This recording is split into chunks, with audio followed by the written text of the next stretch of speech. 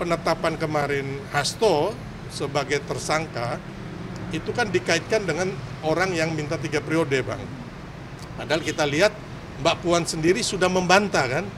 Kalau nggak salah tanggal 23 Februari di gedung High End, Mbak Puan ditanya teman-teman media, apa benar Pak Jokowi meminta 3 periode kepada Ibu Mega? Mbak Puan sendiri mengatakan tidak benar. Kalau dari Pak Jokowi sendiri kan sudah mengatakan bahwa beliau menghargai ya, dan itu memang hak daripada PDIP Perjuangan untuk memecat apabila tidak sesuai dengan orang-orang yang tidak sesuai dengan kebijakan partainya. Ya, kita menghargai, intinya bahwa itu kewenangan mutlak dari teman-teman di PDIP. Tapi kalau menurut saya sih harusnya dari sejak lama ya, sebelum Pilpres kemarin tuh udah dipecat, karena memang kita ketahui Pak Jokowi sudah dengan PDIP berseberangan karena pertama Mas Gibran dicalonkan oleh partai lain untuk menjadi wapres. Yang kedua, Pak Jokowi dan kita semua tidak mendukung calonnya PDI Perjuangan. Dalam hal ini kita mendukung Pak Prabowo. Jadi ya sebenarnya itu sih terlambat, tapi ya itu kan kembali lagi kebijakan dari PDIP-nya sendiri. Tapi kan untuk dalam 10 tahun terakhir sudah ada chemistry yang antara Pak Jokowi dengan partai itu sendiri, Pak. Dua-duanya saling menguntungkan lah dalam kebijakan, dari mulai Pak Jokowi jadi wali kota Solo, kemudian diangkat menjadi gubernur, kemudian menjadi presiden. Ya, memang harusnya dari awal Pak Jokowi dan PDIP, Ibu Mega itu solid ya. Kita lihat bahwa mereka saling membutuhkan, ya kan, mutualisme di sini. Tapi kan dalam perjalanan ketika PDIP kita ingat umpamanya waktu mereka meminta Ara Sirait nggak jadi menteri, ya kan, 2014 nih, Pak Jokowi ikut loh, gitu loh, ya kan. Pak Jokowi menghargai gitu loh. Terus yang kedua, waktu Pak PDIP ngotot minta Kapolrinya dari mereka, tapi karena waktu itu ada tersangkut papers dan masyarakat banyak nggak menghendaki, akhirnya Pak Jokowi mengikuti suara rakyat, akhirnya yang jadi Pak Tito, ya kan. Dan kita tahu setelah itu muncullah apa yang disebut petugas partai. Bahkan setelah itu ada putra mahkota dari Partai Merah ini yang menyorongkan beberapa orangnya di jabatan tertentu karena tidak jadi. Tapi kalau menurut saya karena memang waktu itu Pak Jokowi nggak tahu, mereka meminta nggak melalui Pak Jokowi langsung, melalui pihak lain, nggak jadi, akhirnya marah. Akhirnya ingat nggak mereka bikin lagu yang Pak Jokowi pengkhianat, ya kan? Nah, dari situ kan sebenarnya kalau kita melihat PDIP sendiri yang tidak menghargai Pak Jokowi, gitu loh. Bukan Pak Jokowi. Sampai hari ini Pak Jokowi itu tidak pernah menjelekan, memfitnah ataupun melawan ya intinya kepada Ibu Mega dan PDIP. Tapi karena memang saya bilang tadi, ya kan, setelah mereka membuat lagu Pak Jokowi pengkhianat, setelah itu mulailah dalam beberapa rakernas mereka, ya kan, disebut petugas partai. Bahkan Ibu Megawati mengatakan Pak Jokowi itu tanpa PDIP bukan siapa-siapa. Bahkan kita melihat waktu itu bagaimana serangan ke Pak Jokowi oleh FX Rudy. Ya, sampai menyerang bukan hanya Pak Jokowi, istri Pak Jokowi, keluarganya. Sebenarnya kan tidak perlu sampai begitu, gitu loh. Ini kan berhubungan dengan politik, ketatanegaraan. Ibu Iriana tidak masuk ke dalam itu. Tapi kenapa sampai membawa-bawa mengatakan bahwa Ibu Iriana itu pendendam, terus dia berselisih dengan mertuanya yang meninggal, bahkan Ibu Iriana itu nggak hadir, ya kan? Padahal itu suatu kebohongan besar, Bang. Karena apa? Waktu Ibu Iriana meninggal, saya tuh hadir, waktu itu kok saya hadir di pemakaman. Bahkan saya ikut tahlilan itu hari pertama, kedua, dan ketiga, ya kan, di rumah. Itu Ibu Iriana ada. Tapi waktu itu kan lagi COVID, Bang. Memang nggak bisa ke penguburan gitu loh. Waktu ke COVID, itu kita lihat bukan hanya Ibu Iriana, ada Mbak Kahiyang Ayu, anaknya juga nggak hadir. Terus istrinya Mas Gibran, itu juga nggak ikut hadir penguburan.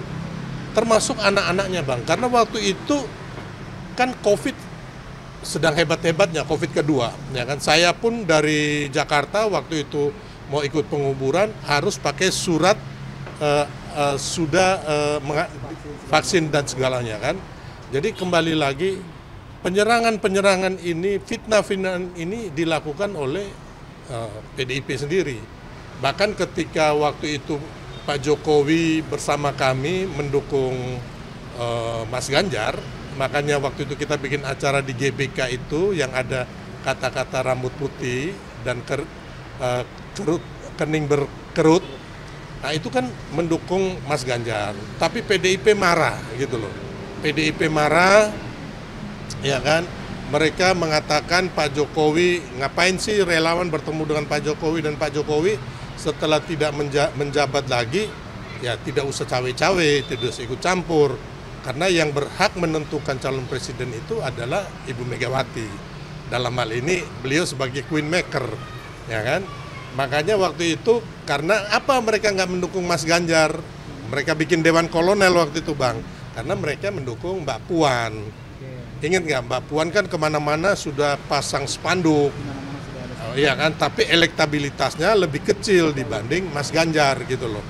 Nah, dalam perjalanan kami, Pak Jokowi bahkan pernah menyandingkan atau mempertemukan Pak Prabowo dengan Mas Ganjar di Pematang Sawah di daerah Jawa Tengah kan, di Pemalang atau mana saya lupa. Tapi itu pun Bu Mega nggak berkenan gitu loh. Bahkan akhirnya Bu Mega memutuskan sendiri tanpa berkonsultasi dengan Pak Jokowi, memutuskan Pak Ganjar yang menjadi capres dan juga Pak Mahfud yang menjadi cawapresnya tanpa ngobrol dengan Pak Jokowi. Karena menurut Bu Mega, saya yang punya partai terbesar bisa mencalonkan sendiri. Ya Pak Jokowi ya setelah nggak punya partai gitu loh, nggak bisa ngapa-ngapain kan. Nah ternyata setelah itu karena Bu Mega tidak ngobrol dengan Pak Jokowi dan akhirnya mendukung Pak Ganjar dan Pak Mahfud, berarti Pak Prabowo sendiri, ya kan. Kebetulan di MK, anak-anak muda itu 8 bulan sebelum keputusan MK nomor 90 tentang batas usia, itu 8 bulan sebelumnya ada 21 pihak anak-anak muda yang mengajukan gugatan. Jadi nggak ada intervensi Pak Jokowi di situ, itu saya garis bawahi lagi, ya kan. Nah, di situ 21 anak muda ini siapa? Waktu itu ada Emil Dardak, Wakil Gubernur Jawa Timur. Terus ada Wali Kota Padang kalau nggak salah. Terus Wakil Bupati Lampung Selatan. Terus teman-teman PSI, termasuk Almas kan. Akhirnya gugatan Almas yang dikabulkan. Dan itu di menit terakhir Pak Prabowo waktu itu nggak punya pasangan yang bisa memenangkan beliau. Akhirnya kita mendesak Pak Jokowi supaya Mas Gibran dicalonkan. Kita teman-teman relawan Pak Jokowi ya, termasuk gayung bersambut Pak Prabowo pun berkali-kali meminta ke Pak Jokowi agar Gibran dicalonkan. Jadi di sini kita melihat bahwa bukan Pak Jokowi yang berkhianat kepada PDIP, bukan juga Gibran. Waktu itu Gibran awalnya mendukung Mas Ganjar dengan kami, tapi karena U20, ya kan, ingat nggak, Mas Ganjar tanpa konsultasi dengan Pak Jokowi membatalkan U20 yang di Jawa Tengah, termasuk di Solo dan di Bali bersama Wayan Koster. Makanya akhirnya kami patah arang dengan Mas Ganjar. Karena apa? Kami beranggapan Mas Ganjar benar-benar petugas partai yang akan patuh turut kepada sang pemilik partai, yaitu Ibu Ketua Umum Megawati. Kalau Pak Jokowi walaupun dibilang petugas partai, tapi sesungguhnya beliau adalah negarawan sejati, petugas rakyat. Makanya kami mengikuti ketika Pak Jokowi itu mendukung Pak Prabowo dan Mas Gibran, kami ikut Bang. Karena saya ini adalah salah satu deklarasi, saya adalah inisiator gerakan Setia Tegak Lurus Jokowi. Saya Sylvester Matutina sebagai Ketua Umum Solidaritas Merah Putih, salah satu relawan, bersama ratusan relawan lain, kami mendeklarasikan Setia Tegak Lurus Jokowi. Karena apa? Ketika Pak Jokowi mendukung siapapun, termasuk Pak Prabowo, kami akan ke situ. Gitu Bang. Jadi kembali lagi sebenarnya pengkhianatan ini bukan dari Pak Jokowi. Bahkan Ibu Mega setelah ditetapkan Pak Prabowo dan Mas Gibran, Pak Ganjar dengan Pak Mahfud, Ibu Mega mengatakan akan mengalahkan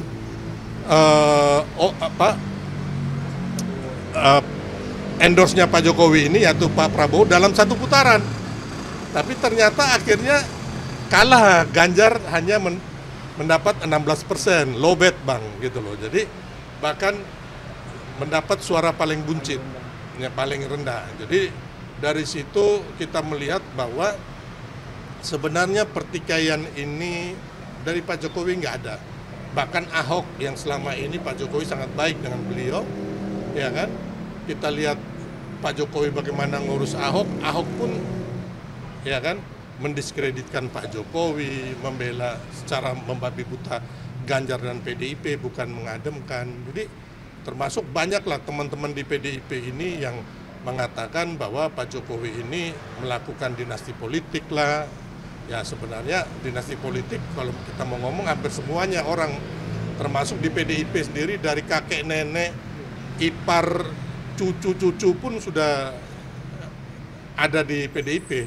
Bahkan kita lihat kemarin, ya kalau mau bilang dinasti benar-benar bagaimana, ya kan, Ketua Umum PDIP, ya kan, dalam hal ini Ibu Mega, bagaimana ponaannya, ya kan, Romi Soekarno di Jawa Tengah itu bisa mengalahkan yang urutan 1-2 akhirnya yang jadi DPR. Jadi kembali lagi kita lihat bahwa selama ini apa yang teman-teman PDIP, Ibu Mega dan Hasto mereka menjelekan, memfitnah Pak Jokowi, akhirnya berbalik sendiri ke mereka. Nah, tuduhan dinasti politik berbalik ke mereka. Kayak sekarang tuduhan Hasto mengatakan bahwa ada orang yang minta 3 periode yang mengintervensi KPK, ya kan? Padahal kalau kita tahu Pak Jokowi dari dulu belum pernah, selama 10 tahun Pak Jokowi ngomong sama saya di rumahnya waktu terakhir saya mengantar beliau ke tanggal 20 Oktober itu di rumahnya, di pulang itu saya kebetulan yang paling terakhir Bang, jam 12 malam ngobrol terakhir sama Pak Jokowi. Pak Jokowi mengatakan bahwa beliau selama 10 tahun tidak pernah ketemu dengan KPK. Ya kan, tidak pernah ketemu, padahal pimpinan KPK menginginkan bertemu Pak Jokowi. Pak Jokowi bilang kalau saya ketemu tambah heboh lagi fitnah ke saya. Bahkan penetapan kemarin Hasto sebagai tersangka itu kan dikaitkan dengan orang yang minta 3 periode Bang. Padahal kita lihat Mbak Puan sendiri sudah membantah kan. Kalau nggak salah tanggal 23 Februari di gedung High End, Mbak Puan ditanya teman-teman media, apa benar Pak Jokowi meminta 3 periode kepada Ibu Mega? Mbak Puan sendiri mengatakan tidak benar, tidak ada itu, ya kan? Itu bohong itu, ya kan? Nah, kenapa Hasto sekarang mengkaitkan itu, gitu loh, ya kan? Apalagi kita lihat Pak Jokowi sekarang kan sudah pensiun, mana mungkin mau mengintervensi KPK? Waktu berkuasa aja tidak pernah, gitu loh. Dan mengenai 3 periode, selain Mbak Puan mengatakan itu tidak pernah ada permintaan itu kepada Ibu Mega, kami sendiri yang dekat dengan Pak Jokowi, ya kan, pastinya apabila 3 periode itu ada, pastinya Pak Jokowi akan menyuruh kami mengkonsolidasikan ke masyarakat dan ke MPR agar diadakan referendum kan. Nah, tapi ini kan tidak pernah terjadi. Bahkan Pak Jokowi mengatakan bahwa 3 periode dan perpanjangan itu menampar mukanya beliau gitu. Dan orang yang mewacanakan itu adalah orang yang menjilat beliau, Bang. Jadi kembali lagi bahwa semua fitnahan, semua ejekan itu berbalik, Bang. Tuhan itu tidak tidur. Makanya sekarang Hasto ya kan, kebenaran itu akan mencari jalannya. Gitu loh. Jadi kamu mau tutupin kayak apa? Kamu mengalihkan mencari kambing hitam ke orang lain, dalam hal ini Pak Jokowi, ataupun kamu menjelek-jelekan, nah, berbalik apa yang kamu tabur, itulah yang kamu tuai saat ini gitu loh. Tapi Pak, di balik perselisihan atau pertikaian antara PDI dengan Pak Jokowi yang dilakukan, pemecatan yang dilakukan oleh PDIP sendiri, menurut Bapak ini secara etika tuh etis nggak sih Pak yang dilakukan? Kalau menurut saya sih semuanya baik ya, baik secara etik, moral, prosedur. Itu kan yang berwenang ketua umumnya yang punya partai. Bang, kita ini kan nggak bisa ngomong apa-apa Bang gitu loh. Toh tanpa dipecat sendiri kan Pak Jokowi sudah dihancurkan karakternya oleh mereka. Tanpa dipecat ya. Ya bagi kami dan juga bagi Pak Jokowi, pemecatan itu tidak ada artinya Bang. Pak Jokowi bahkan berbahagia karena apa Bang? Sudah terbebas sebagai petugas partai. Dan juga terbebas dari partai yang selama ini menurut masyarakat itu ya, menurut teman-teman itu anggota dewannya, terus yang jadi bupati, gubernurnya nggak bisa kerja. Terus partai yang sangat arogan, partai yang suka marah-marah. Ya kan kita ingat bagaimana mereka pakai knalpot brong itu kan, kader-kadernya itu kan orang pergi acara mereka ribut, ya kan. Jadi partai yang arogan yang menurut kami itu tinggi hati gitu loh, selalu menghina masyarakat dan bukan hanya terhadap Pak Jokowi. Banyak kader-kader mereka juga yang minta tolong ke saya Bang. Ada ketua DPRD Alor, namanya Ibu Ane Anggrek. Itu dizolimin Bang oleh bupatinya dan juga oleh teman-temannya di Partai Merah ini dan partai lainnya. Dia datang mengadukannya bukan ke DPP-nya mereka, tapi ke Solmed gitu loh. Karena dia dipecat Bang. Akhirnya kami yang bantu, dan ini bukan hanya pengurusnya Bang, kader-kadernya di bawah juga. Ketika mereka ada sakit, mereka dizolimin secara hukum, mereka kasihan juga, mengadunya ke kami yang bantu Bang. Mereka sakit, meninggal, saya bawain, kebetulan kami punya ambulan. Jadi roh jiwa Soekarnoisme, Marhainisme ini sudah nggak ada Bang. Kalau kita melihat bahwa jiwa Marhain, jiwa patriotisme dari nasionalis dari Soekarno ini ada dalam diri Pak Jokowi, gitu loh. Kalau di mereka saat ini kami tidak melihat, kami melihat bahwa mereka arogan gitu loh, ya kan? Mereka tidak mengurus rakyat dengan baik, yang kita lihat Bang. Saya dulu simpatisan Bang, bahkan di saya punya komunitas Solmed ini, beberapa anggota dewannya, bupatinya, gubernur, kami dukung Bang. Jadi dengan uang kami, setelah mereka jadi, saya nggak pernah minta proyek, nggak pernah minta bantuan apapun. Itu kenyataan yang terjadi gitu loh. Jadi sebenarnya kita ini simpatisannya mereka, tapi karena kesini-sininya tidak sesuai dengan marhainisme, dengan jiwa nasionalisme dan patriotisme dari Bung Karno, ya akhirnya kami ya nggak maulah menjadi simpatisan dari partai yang sekarang ini berubah jiwanya, berubah rohnya menjadi partai yang tidak dekat dengan rakyat, tapi menjadi partai yang sombong gitu loh, partai yang isinya borjuis, orang-orang yang gaya hidupnya hedon, ya kan, kita nggak bisa pungkiri. Dan bukan kita juga memfitnah, tapi banyak kadernya juga yang ditangkap karena korupsi, dan itu kan kenyataan Bang. Nah ini yang terjadi saat ini. Berarti menurut Bapak sah-sah saja gitu ya melakukan pemecatan. Tapi kan itu kan konflik antara PDIP dengan Jokowi itu kan berlangsung sejak Pak Jokowi masih menjabat sebagai presiden ya. Nah itu kan sudah tidak sejalan, sudah mulai terlihat ya Pak ya. Kenapa PDIP tidak memecat Jokowi ketika beliau masih menjadi presiden? Ya itu tadi yang kalau kita lihat kan, saya kan pernah meminta ya kan, kalau bisa dipecat ya kan, bukan dipecat sih, kalau bisa PDIP menarik menteri-menterinya. Tapi kan kembali lagi mereka juga butuh kekuasaan, butuh jabatan, Bang. Makanya nggak berani menarik menterinya sampai selesai. Sebenarnya faktor itu bukan karena mereka ada melihat lain, karena mereka sayang kalau menteri-menterinya ditarik sebelum masa, kan yang rugi mereka, Bang, gitu loh, Bang.